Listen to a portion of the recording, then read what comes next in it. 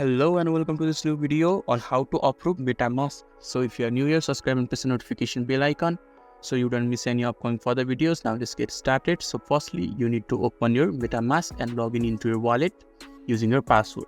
And when you have access this interface, you just have to open another new web page and you need to open their D app.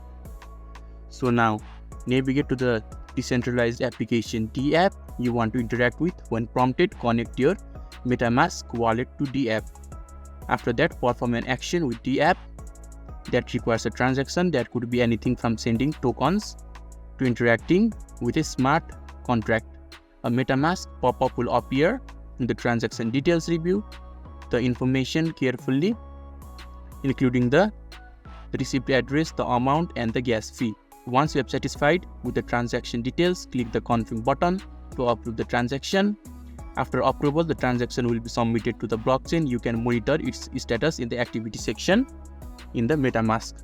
So if this video is helpful to you, don't forget to leave a like button. Thank you.